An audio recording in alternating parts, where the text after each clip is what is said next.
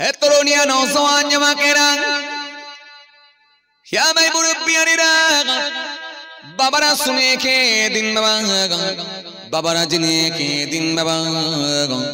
যে কথা আপনাদের বোঝাতে চাইছি তাহলে আল্লাহ যে আইন করে দিয়েছেন, আল্লাহ যে একটা বাবাজি সংবিধান দিয়েছেন, এটা মানুষের ভালাইয়ের জন্য দিয়েছেন, মানুষের কল্যাণের জন্য দিয়েছেন, মানুষের উপকারের জন্য দিয়েছেন, যাতে করে মানুষ সোজা পথের দিকে ধাবিত হতে পারে আর অসৎ কাজগুলো থেকে বিরত থাকতে পারে। পৃথিবীর জমিনে যাতে করে একটা সুষ্ঠু সমাজ তৈরি হয়। কেননা যদি সংবিধান না থাকত, আইন যদি না থাকত, পৃথিবীর মানুষেরা বিভিন্ন অন্যায় কাজের সঙ্গে তারা জড়িয়ে গিয়ে সমাজের বুকে আরো বিশৃঙ্খলা তৈরি হতো। এই জন্য আল্লাহ রাব্বুল আলামিন একটা আইন দিয়ে দিয়েছেন, যাতে করে মানুষ সোজা পথের দিকে ধাবিত হতে পারে। আমাদের সমাজে দেখবেন কিছু মানুষ ঝগড়া করলেও দেখবেন কিছু মানুষ দেখবেন ঝগড়া ঠান্ডা করতে যায়, কিছু মানুষ ঝগড়া করলেও কিছু মানুষ দেখবেন সেখানে শান্ত করার চেষ্টা করে, দুটো পক্ষকেই বোঝানোর চেষ্টা করে, ভাই যা হয়েছে মেনে নাও, একটু ম্যানেজ করে নাও, অন্তত ঝগড়াটা বন্ধ করো, কি হবে দুদিনের দুনিয়া। তাহলে এই যে বোঝানো লোকটাও থাকতো না যদি আল্লাহর আইন যদি না মানা হতো, সংবিধান যদি না থাকতো। এই জন্য আল্লাহ রাব্বুল আলামিন বললেন, আমার আইনকে তোমরা মেনে নাও, আমার সংবিধান তোমরা মেনে নাও। ওয়ামান লাম ইয়াহকুম বিমা আনজালাল্লাহ ফাউলাইকা হুমুজ যালিমুন, ওয়ামান লাম ইয়াহকুম বিমা আনজালাল্লাহ ফাউলাইকা হুমুল ফাসিকুন, ওয়ামান লাম ইয়াহকুম বিমা আনজালাল্লাহ ফাউলাইকা হুমুল কাফিরুন। পৃথিবীর জমিনে তোমরা আমার আইনকে মেনে নেবে, আমার সংবিধানকে তোমরা মেনে নেবে, আমার আইনকে তোমরা মেনে নেবে। পৃথিবীর জমিনে তোমরা যখন বিচার করবে আমার সংবিধান দিয়ে আমার আইন দিয়ে বিচার করবে, যদি না করো ফাউলাইকা হুমুজ যালিমুন, অতঃপর ওই মানুষটা হবে জালিম। এইজন্য আমরা যেন জালিম ব্যক্তি হিসাবে চিহ্নিত না হই, আমরা যেন পৃথিবীর জমিনে আমার আল্লাহর কাছে যখন উঠব, আমার আল্লাহর কাছে যখন উঠব, পৃথিবীর জমিনে এমন কোন কর্মের সঙ্গে আমরা সম্পৃক্ত হব না, যাতে করে আমার আল্লাহ সেই দিনেতে জালিম ব্যক্তি হিসাবে চিহ্নিত করে দেবেন, যাতে করে আমার আল্লাহ সেই দিনেতে আমার আল্লাহ ফাসিক ব্যক্তি হিসাবে চিহ্নিত করবেন, যাতে করে আমার আল্লাহ সেই দিনেতে কাফের হিসাবে আল্লাহ চিহ্নিত করবেন। নাউজুবিল্লাহ, এটা যেন আমাদের না হয়ে থাকে। সুতরাং পৃথিবীর জমিনে আমরা সমস্ত কিছুকে হিসাব মেনটেন করে চলব। নামাজ আপনি যেমন পড়বেন, রোজা আপনি যেমন রাখবেন, আওকাত থাকলে হজ করবেন, যাকাত দেবেন, অনুরূপ ভাবে মিথ্যা থেকে বাঁচবেন, অনুরূপ ভাবে সুদ থেকে আপনি বাঁচবেন, হারাম খাদ্য থেকে আপনি দূরে থাকবেন, বর্জন করবেন, আপনার প্রতিবেশীর সঙ্গে ভালো আচরণ করবেন, ভালো ব্যবহার করবেন, বাড়িতে যদি দাস দাসী থাকে তাদের সঙ্গেও আপনি হাসি মুখে কথা বলবেন, তাদের দিকেও আপনি লক্ষ্য নজর রাখবেন। এতিমের মাল যেন ভক্ষণ করবেন না, এতিমের মাল পৌঁছে দেবেন, এতিমের সঙ্গে ভালো আচরণ করবেন। এমনকি আপনার বাড়িতে তিনটে ছেলে আছে, তিনজনের হককে আপনি ভালো করে বুঝিয়ে দেবেন, ফারাইজটা ঠিকঠাক ভাবে কষে নেবেন। আপনার একটা মেয়ে আছে, তারও হককে আপনি বুঝিয়ে দেবেন, কারোর হক মেরে যেন অন্যজনের মাথায় চাপিয়ে দেবেন না, এতে কিন্তু আল্লাহ দরবারে গ্রেফতার হয়ে যেতে পারেন। সেদিনে আল্লাহর কাঠগড়ায় যখন আল্লাহ দাঁড় করাবে, সেদিনে কিন্তু আল্লাহ অঙ্ক সমান করে হিসাব করে আল্লাহ বুঝে নেবে।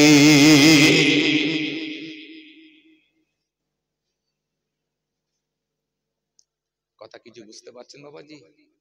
আমি কিন্তু সংক্ষেপ সময়ে দেখেন অনেক কথা বলে দিয়েছি আপনাদেরকে, সীমিত সময়ে কিন্তু গুরুত্বপূর্ণ কথাগুলি বলে দিয়েছি। বেশি কথা বলিনি, অল্প কথা বলেছি, কিন্তু গুরুত্বপূর্ণ কথাগুলি কিন্তু বলে দিয়েছি সীমিত সময়।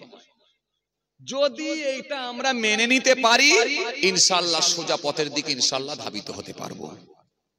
আর না মানতে পারলে অবস্থা খারাপ, অবস্থা খারাপ। তাহলে আমি আপনাদেরকে কি বুঝাতে চাইলাম, যে শুধু মুখে দাড়ি, পা পর্যন্ত জুব্বা আর মসজিদে গিয়ে সিজদা, এখান পর্যন্ত কিন্তু কমপ্লিট না। কমপ্লিট করতে গেলে আপনাকে সবটা মানতে হবে। দলিল কোরআনে আল্লাহ স্পষ্ট বলেছেন, ওয়াবুদুল্লাহ ওয়া লা তুশরিকু বিহি শাইয়্যা ওয়া বিল ওয়ালিদাইনি ইহসান ওয়া বিযিল কুরবা ওয়াল ইয়াতামা ওয়াল মাসাকিন ওয়াল জারিল কুরবা ওয়াল জারিল জুনুব ওয়াস সাহিবি বিল জানবি ওয়াবনিস সাবিল ওয়া মা মালাকাত আইমানুকুম ইন্নাল্লাহা লা ইউহিব্বু মান কানা মুখতালান ফাখুরা। যেগুলো আপনাদেরকে আমি বাংলায় বললাম সেগুলোই আল্লাহ কোরআনের আয়াত দিয়ে দিয়েছেন, সব আপনি পেয়ে যাবেন।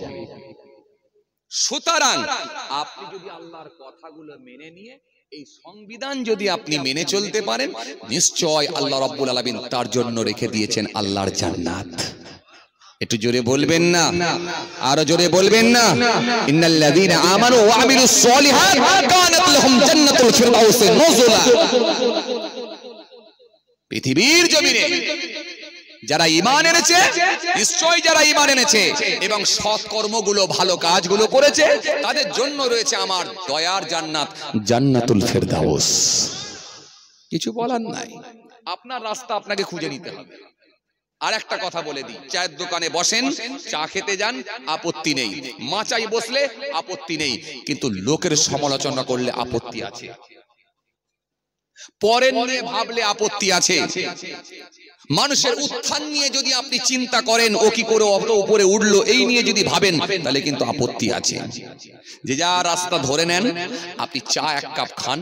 কেউ যদি আপনাকে লোকের কোনো ব্যক্তি কেন্দ্রিক কাউকে কটাক্ষ করে যদি আলোচনা করে, এই রকম কথাও যদি আপনার কানে আসে, পারলে ওই জায়গা থেকে আপনি অ্যাভয়েড করে আসুন। যদি আপনাকে বলে কি গো ভাই, তখন বলবেন ভাই ওই ব্যাপারটা তো আমি জানিনি। তো সুতরাং হ্যাঁ না, ইয়েস নো কিছু একটা বলা মুশকিল, বলতে পারবো না, আল্লাহু আলাম, তিনি ভালো জানেন। তবে আমি একটা চা খেতে এসেছি, চা খেয়ে চলে যাচ্ছি ভাই, আমি অত ব্যাপার বলতে পারবো না, সেটা আল্লাহই ভালো জানেন। হালকা করে মুচকে দিয়ে চলে যান, পারলে সাবজেক্টটাকে চেঞ্জ করে দেন। যদি আপনার ক্ষমতা থাকে, এটাও এসছে কিতাবের মধ্যে, পারলে সাবজেক্টটাকে চেঞ্জ করুন। সাবজেক্ট কেমন করে চেঞ্জ করবেন? ব্যক্তি কেন্দ্রিক যখন কাউকে নিয়ে আলোচনা হচ্ছে, সমালোচনা হচ্ছে, সাবজেক্টটা ঘুরিয়ে দেন। ঘুরিয়ে দিয়ে কেমন করে বলবেন? ঘুরিয়ে দিয়ে বলেন, ভাই ফিলিস্তিনের মুসলমানগুলো সব মারা গেল, আরে কদিনের দুনিয়া, এই দুনিয়ায় আর কি আছে? আরে বড় বাড়ি গাড়ি জমি জায়গা সব থাকতে পারে, নিঃশ্বাস বন্ধ হলি সব শেষ। সাবজেক্টটাকে এমন ভাবে ঘুরিয়ে দিয়ে ধর্মীয় কোনো বিষয় নিয়ে যখন আলোচনা চালু করে দেবেন, তখন দেখবেন দুনিয়াদার যদি মানুষ হয়, সে লোকটা আপনার সঙ্গে আর সাই না দিয়ে উঠে পড়বে। কথা মনে বুঝতে পারলেন না? দুনিয়াদার যদি সে মানুষ হয়, তখন আপনার সঙ্গে ওই গল্পেতে একমত না হয়ে, ওই কথাতে একমত না হয়ে, সে দেখবেন উঠে পালাবে। আর যদি সে দিনদার লোক হয়, তখন দেখবেন আপনার কথাই একমত হবে, তখন দেখবেন আপনি দিনই আলোচনা করতে সুবিধা আপনার জন্য হয়ে যাবে। সাবজেক্ট ঘোরান, আর না হলে যদি ওর সাবজেক্টে যদি আপনি একমত হয়ে যান, তাহলে অবস্থা খুব খারাপ, অবস্থা খুব খারাপ। আপনি কিছু বুঝতে পারবেন না, আপনি কিছু বুঝতে পারবেন না। জোহরের নামাজ পড়ে একটুখানি নামাজ পড়ে ভাত দাঁত খেয়ে একটু মাচায় এসে বসেছেন, অমনি দেখছেন বাবাজি আমার ভাইয়েরা, পাড়ার একটা ছেলে চকচকে একটা মোটরসাইকেল নিয়ে, নাম্বার প্লেট পর্যন্ত হয়নি, নিয়ে বেরিয়ে গেল। তখন আপনি একটু মাথাটা চুলকে বলছেন, এটা অমুকের ছেলে না, অমুকের ছেলে না? তখন আপনি বললেন, হ্যাঁ অমুকের ছেলে, মোটরসাইকেলটা কিনেছে। বাবা কোথায় কাজে গেছিল গো? বলে জানো না ও দিল্লিতে থাকে। দিল্লিতে তো কদিন আগে মাত্র গেছে। কদিন গেছে? বলে হ্যাঁ মাস 6 হবে। মাস 6 গিয়ে একটা মোটরসাইকেল কিনে ফেললো। তখন বলছে কি করে বলবো বলো দেখিনি কি করেছে? দেখো আবার সোনার কাজে তো গেছে, শুনেছি তো ওখানে অনেক গোলমাল আছে, এখন কি করেছে দেখো। কি করেছে দেখো, এই কথাটা যেন টানতে যাবেন না, আপনি আপনার নিজের জায়গা ঠিক রাখবেন। কারণ ও কি করে করেছে, ও আল্লাহর দরবারে জবাব দেবে। আর যদি আপনি মনে করে ফেলেন কদিন গিয়ে এত বড় কিছু করে ফেললো, সব যাবে। ইয়াকুল হাসাদা ফা ইন্নাল হাসাদা ইয়াকুলুল হাসানা কামা তাকুলুন নারুল হাতাব। আল্লাহর নবী বলে হিংসা থেকে তোমরা পরহেজ করো, বেঁচে থাকো, হিংসা থেকে তোমরা দূরে থাকো। আগুন যেমন কাটকে খেয়ে নেয়, আমি নবী বলছি হিংসা তেমন আমলকে খেয়ে নেয়। খুব চাপ, খুব চাপ। আপনার মধ্যে সুদ নাই, আপনার মধ্যে গীবত নাই, আপনার মধ্যে লটারি নাই, আপনার মধ্যে মদ নাই, কিন্তু আপনার মধ্যে মারাত্মক হিংসা ঢুকে আছে, এটা থেকে কিন্তু আপনি বাঁচতে পারেন নাই। হতে পারে আল্লাহর কাঠগড়ায় সেদিনে আটকে যেতে পারেন। খুব চাপ, খুব চাপ।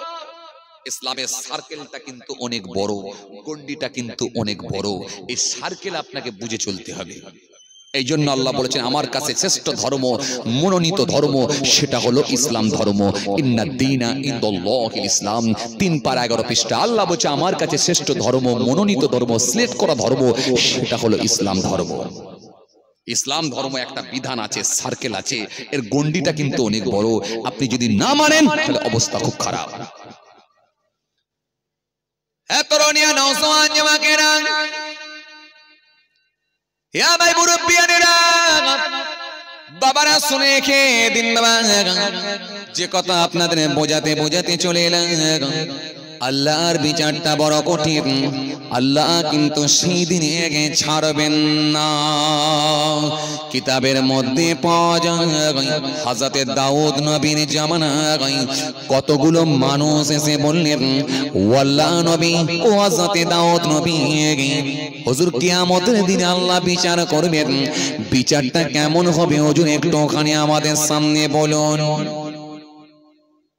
বিচার কেমন হবে, সেই বিচারের নমুনাগুলো, দৃষ্টান্তগুলো একটু তুলে ধরুন, যাতে করে আমরা সোজা পথের দিকে ধাবিত হতে পারি, যাতে করে আল্লাহর ভয় ভীতি আমাদের অন্তরে ঢোকাতে পারি, আল্লাহর সন্তুষ্টি বেশি বেশি করে অর্জন করতে পারি। জোরে বলবেন না? কে বলছেন? দাউদ নবীর জামানা। কোরআন শরীফ 6666টা আয়াত, কম বেশি 500 আয়াত খালি আদেশ আর নিষেধ, বাকি আয়াত হিস্ট্রি অফ পাস্ট, অতীতের ইতিহাস। মুসা নবীর জামানার ঘটনা, ঈসা নবীর জামানার ঘটনা, সুলাইমান নবীর জামানার ঘটনা, দাউদ নবীর জামানার ঘটনা, ইউনূস নবীর জামানার ঘটনা, ইউসুফ নবীর জামানার ঘটনা, দাউদ নবীর জামানার ঘটনা, সুলাইমান নবীর জামানার ঘটনা, ইউসুফ নবীর জামানার ঘটনা। এই নবী আম্বিয়া সালামদের জামানার ঘটনাগুলোকে আল্লাহ এক জায়গায় জমা করে তার হাবিব প্রফেট মুহাম্মদ মুস্তাফা সাল্লাল্লাহু আলাইহি সাল্লামকে আল্লাহ কোরআনে কারীমের মধ্যে জানিয়ে দিয়েছে। একটু জোরে বলবেন না? আরো জোরে বলবেন না? বনি ইসরাইল গোত্রের মানুষ দাউদ আসলামের কাছে, দাউদ আসলামের কাছে এসে বললেন, হুজুর একটু যদি বলে দিতেন আমরা মনের দিক দিয়ে শান্তি পেতাম। দাউদ আসলাম বললেন, শোনো বলবো কি, আল্লাহর আযাব তো খুব কঠিন আযাব, তোমরা তো জানো খুব কঠিন আযাব। চলো তোমাদের সামনে এই বয়ানটা আমি করব, কিন্তু আজকে করব না। সামনে কয়েকদিন পরে আসছে ঈদের নামাজ, সামনে কয়েকদিন আগে পরে আসছে ঈদের নামাজ। এই ঈদের দিনে ঈদের নামাজের পরে এই বয়ানটা রাখবো, এই আলোচনাটা করব। কে বললেন? হযরতে জোরে বলো, হযরতে দাউদ আসলাম, দাউদ নবী। এই দাউদ আসলাম কি নবী ছিলেন না রাসূল ছিলেন আপনারা বলেন তো?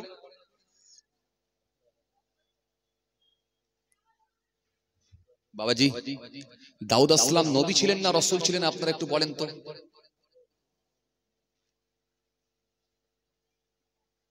কিছু একটা বলেন।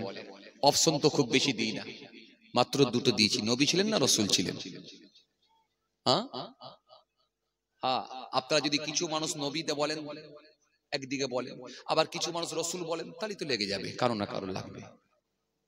কথা মনে বুঝতে বলেন, কারো না কারো তো লাগবে, ঠিক না? তো আপনারা বলেন নবী ছিলেন না রাসূল ছিলেন?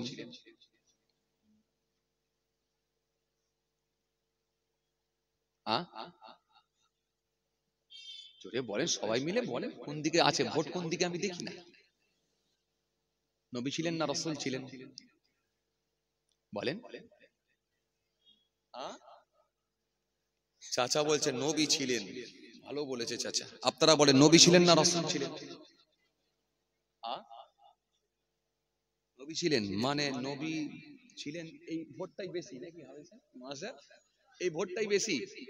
আহা, তাহলে রাসূল ছিলেন এই ভোট কিন্তু কেউ নেই এই পক্ষে, এই দিকটাই কেউ নেই।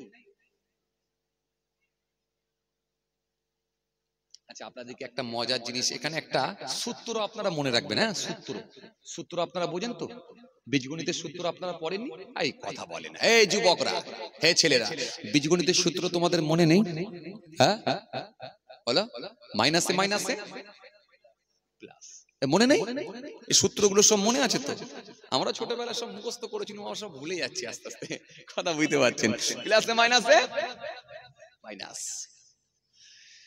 তো এই সূত্র, হ্যাঁ, হাইট এন্ড ডিস্টেন্সের অঙ্ক, সূত্র, পাটিগণিত, বীজগণিত, এই যে জ্যামিতি, এসব ছোটবেলায় করতাম আমরা, এখন সব ভুলে যাচ্ছি, কথা বুঝতে পারছেন? আর তো মনে রাখা সম্ভব না। তো আমি যেটা আপনাদের বোঝাতে চাইছিলাম, এই যে জিরো ফ্যাক্টরের অঙ্ক, এগুলো সব আপনাদের এখন যারা স্টুডেন্ট আছে, পড়াশোনা করছে, তারা জানে, কথা বুঝতে পারছে?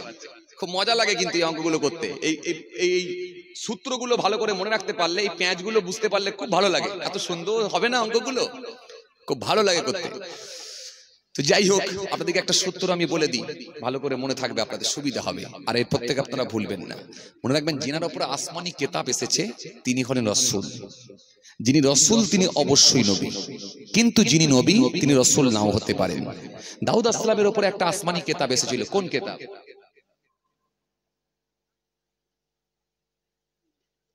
বলেন বলেন বলেন, কোন কিতাব? চাচা বলছে জবুর কিতাব। আপনারা কি একমত না আলাদা কিছু বলবেন? চাচা, চাচা, এইদিকে চাচা, আমি বলছি, ওই যে দাউদ আলাইহিস সালামের উপরে কোন কিতাব এসেছিল মনে আছে আপনার? খুব ভালো মানুষ, কথা বুঝতে পারছেন না ভাই? যেটা জানা নাই আগে থেকে, একদম একদম, আপনি সাবধানে আসবেন, চেয়ার থেকে যেন পড়ে যান, সাবধানে উঠবেন, কিন্তু বয়স্ক লোক, আমার খুব ভয় লাগছে, ধরে আসেন, সব থেকে উত্তম, একদম ঠিক আছে। আগেকারের লোক বাবা, চুলদাড়ি কিন্তু এমনি সাদা, বসে, বুঝতে পেরে গেছি আমি, ভালো করে বসে, এবার বসে, আসেন। তাহলে যিনি নবী তিনি রাসূল নাও হতে পারেন, কিন্তু যিনি রাসূল তিনি অবশ্যই নবী, এটা মনে রাখবেন। কারণ তিনার উপরে একটা আসমানি কিতাব এসেছে। দাউদ আলাইহিস সালামের উপরে তাহলে একটা আসমানি কিতাব এসেছে, মূসা আলাইহিস সালামের উপরে একটা আসমানি কিতাব এসেছে, কোন কিতাব? একদম ঠিক, বাহ মাশাআল্লাহ, খুব ভালো বলছেন। তাহলে আমি কিন্তু বলছিলাম বনি ইসরাইল যুগের মানুষের কথা, বা বনি ইসরাইল গোত্রের মানুষের কথা। এই বনি ইসরাইল গোত্রে আল্লাহ রাব্বুল আলামিন একাধিক নবী আম্বিয়া সালামকে আল্লাহ পাঠিয়েছেন। মূসা সালামকে আল্লাহ পাঠিয়েছিলেন। মূসা নবীর জামানায় আল্লাহ রাব্বুল আলামিন আরো 70 জন নবীকে পাঠিয়েছিলেন।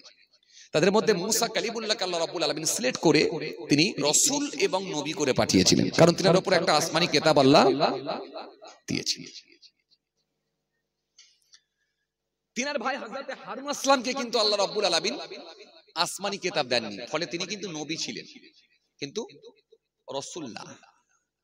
নবী হওয়ার জন্য কতগুলো শর্ত আছে, তার মধ্যে একটা হলো উত্তম চরিত্র হতে হবে, তার মধ্যে আরেকটা হলো কি, যে তার জন্য কিছু মিরাকেল, অলৌকিক ক্ষমতা আল্লাহ তাকে দান করবে।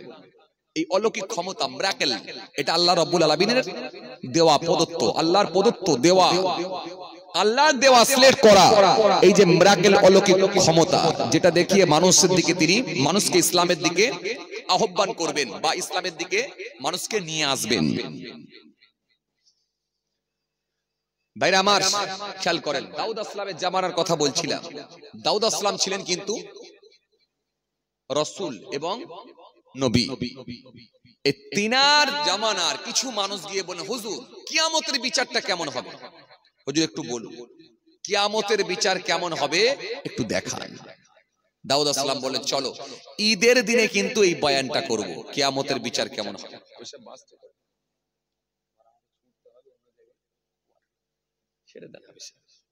যাক, আল্লাহ করলে ফের পরের দিন ইনশাআল্লাহ বলবো। এখন আমার জন্য আপনারা দোয়া রাখবেন, কারণ এই মাদ্রাসার জন্য একটু ছোট্ট করে অন্তত আবে সাহেব বড় আবদার করে বলেছেন, ভাইজান বড় আবদার করে বলেছেন, আমার শ্রদ্ধেয় মাওলানা সাহেব ভাইজান, একই সঙ্গে মাওলানা সাহেবের সঙ্গে আমি বহু জায়গায় প্রোগ্রাম হয়, দেখা হয়, কথা বুঝতে পারছেন, আমার অত্যন্ত কাছের মহব্বতের ভাই। তো যাই হোক, বড় আশা করে বলেছেন, আমার বাবার নামে আচ্ছা, মাশাআল্লাহ। আব্বার কথা মনে করে, পোতার কথা মনে করে ইনি এই টাকাটা দিয়েছে, আল্লাহ কবুল করেন। বাবাজি, এই মাদ্রাসার জন্য, এই আল্লাহর কোরআনের ঘরের জন্য, আল্লাহর কোরআনের জন্য, রাসূলুল্লাহর ঘরের জন্য নবী সাল্লাল্লাহু আলাইহি ওয়াসাল্লামকে আল্লাহ রাব্বুল আলামিন সবথেকে বেশি ভালোবাসতেন। নবী সাল্লাল্লাহু আলাইহি ওয়াসাল্লামকে আল্লাহ রাব্বুল আলামিন সবথেকে বেশি ভালোবাসতেন। এজন্য আল্লাহর পরে দ্বিতীয় স্থান, দ্বিতীয় চেয়ার যদি আল্লাহ কারোর জন্য করে দেন, সেটা হলো রাসূলুল্লাহর জন্য। জোরে বলেন না। কোরআন স্পষ্ট ঘোষণা দিয়েছে, ইয়া আইয়ুহাল্লাযীনা আমানু ইসতাজিবু লিল্লাহি ওয়াল রাসূল ইযা দাআকুম, ইয়া আইয়ুহাল্লাযীনা আমানু লা তারফাউ আসওয়াতাকুম ফাওকা সাওতিন নবী। কথা বুঝছেন? কিছু বুঝছেন? খুব ঠান্ডা বেরেনে বুঝবেন ভাইরা। নবী সাল্লাল্লাহু আলাইহি ওয়াসাল্লামের জন্য আল্লাহ রাব্বুল আলামিন, আখেরি নবীর জন্য আল্লাহ সবথেকে বেশি আমার নবীর ইজ্জত দিয়েছেন, সবথেকে বেশি সম্মান দিয়েছেন। সবকিছু আমার নবীর জন্য সব আলাদা, অন্যান্য নবীর জন্য আলাদা, আর আমার নবীর জন্য আল্লাহ আলাদা করে দিয়েছেন। এজন্য রাসূলুল্লাহর সম্মান কিন্তু আল্লাহ সবথেকে বেশি বাড়িয়েছেন। ইমামুল আম্বিয়া করেছেন, সমস্ত নবীদের জন্য ইমাম আল্লাহ করে দিয়েছিলেন। জি, সেই রাসূলুল্লাহর ঘরের জন্য, নবীর ঘরের জন্য, কোরআন শরীফের জন্য, আল্লাহর কোরআনের জন্য এই জায়গায় দেওয়া মানে আমি মনে করি খালি মৃত্যুর অপেক্ষা। মৃত্যুটা যখনই হবে আমার মনে হয় একদম আপনার মৃত্যু হতে দেরি হবে, কিন্তু সব কিন্তু পৌঁছাতে দেরি হবে না। একটু জোরে বলতে পারেননি? মৃত্যু হওয়ার সাথে সাথে আমার মনে হয় আমার আল্লাহ এমন একটা জায়গায় দিচ্ছেন, মানে এখানে কিন্তু আর দেরি নাই, পুরো পেন্ডিং হয়ে রেডি থাকবে, খালি পৌঁছানোর অপেক্ষা। খালি নিঃশ্বাস বন্ধ হবে, পৌঁছে যাবে। যেখানে আল্লাহর কোরআন চলছে, রাসূলুল্লাহর ঘর চলছে, এখানে আর কিছু বলার নেই। তো সুতরাং সেই কোরআনের জন্য, আল্লাহর নবীর ঘরের জন্য, এই মাদ্রাসার জন্য এখনো রং হয়নি। আপনারা কে পারবেন? সর্বপ্রথম আপনারা তো দেন, আমি জানি যথেষ্ট আপনারা ধার্মিক মানুষ, দিন সম্পর্কে যথেষ্ট আপনারা সচেতন, কিন্তু আমি বলবো আপনারা কে প্রথমে দেবেন। প্রথমে দিলে তার বেনিফিট কিন্তু আলাদা আছে। প্রথমে কে দেবেন? নবীর ঘরের জন্য। ভাই, এতগুলো ক্যামেরা, একটু যদি আমি চাঁদা তুলবো একটুখানি, যদি একটু করে একটু এটাকে খালি স্টপ করে দিলেই হবে, স্টপ করে দিলেই হবে। দোয়া করো, দোয়া করো,